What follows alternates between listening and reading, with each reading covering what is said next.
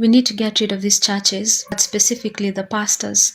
Once upon a time in this land called Kenya, the church actually stood for morality, for justice, and for righteousness.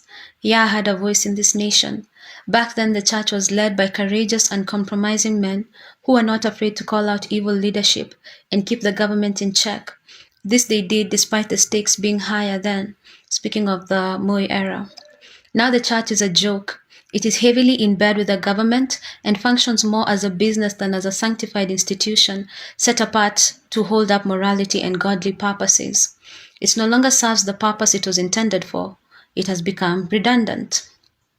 If you're observing what's happening now, the protests, the abductions, missing persons, and the ongoing massacres, you'll notice just how silent the church is. These same churches, particularly the pastors, helped establish the current government. The pastors gave Nabi their platforms, their ear, their full support. They helped him build a reputation around being a good, repentant man, remorseful for his past transgressions, now transformed. Once a sinner who sadly fell victim to the hustler life that forced him to do what he had to do in order to survive, but now a saint, a new creation. A man looking to prove to the public just how much he has grown from his past. A man able to understand and address the plights of the common Mwananchi, having faced the same challenges himself as a hustler with humble beginnings. Nabi invested heavily in presenting himself as a religious man. This should have been a red flag to the people, but it was not. If anything, it warmed their hearts toward him. Every pulpit he could find, he spoke on. He memorized scriptures and quoted them throughout his campaigns. He took pictures with every kind of pastor he could find. Why? Because he understood what you and I both know. You cannot become a renowned politician in this country, let alone a president, without the support of the pastors and, by extension, the church. Having the church back you up as a politician is the fastest, easiest way to garner votes in this country. Low input, high returns. And so Nabi, with the help of the pastors, was able to successfully deceive many gullible Christians.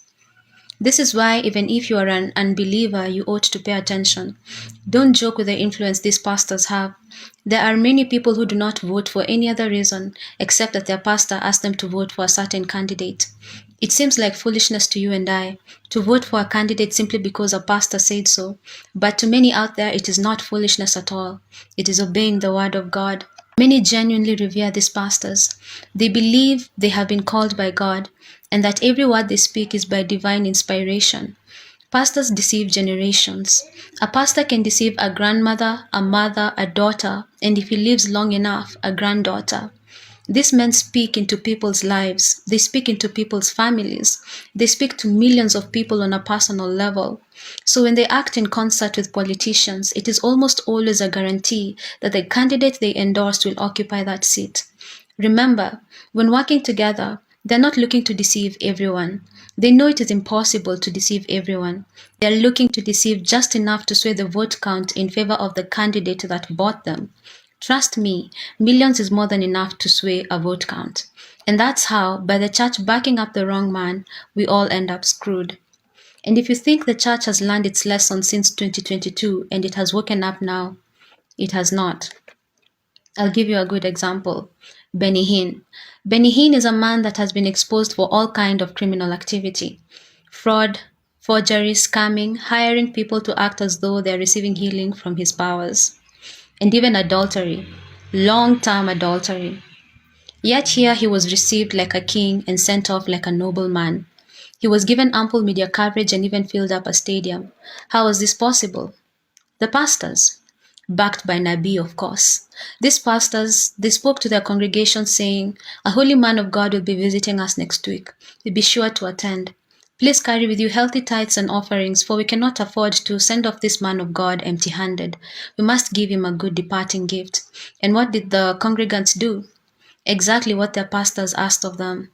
Just like that, they paid Benny Hinn for hexing them and performing satanic rituals over them, for he is not a man of Yah. He serves another god, Satan.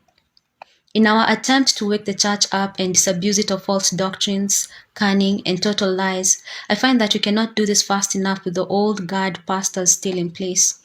Ezekiel 34 describes Yahuwah's fury and displeasure with ungodly leadership. where the sheep are weak, sickly, wounded, and scattered, while the shepherds wax ever more fat, leaving the sheep unprotected and as easy prey for the wolves. It reads, Son of man, prophesy against the shepherds, the leaders of Yasharel. Give them this message from Yahuwah Adonai.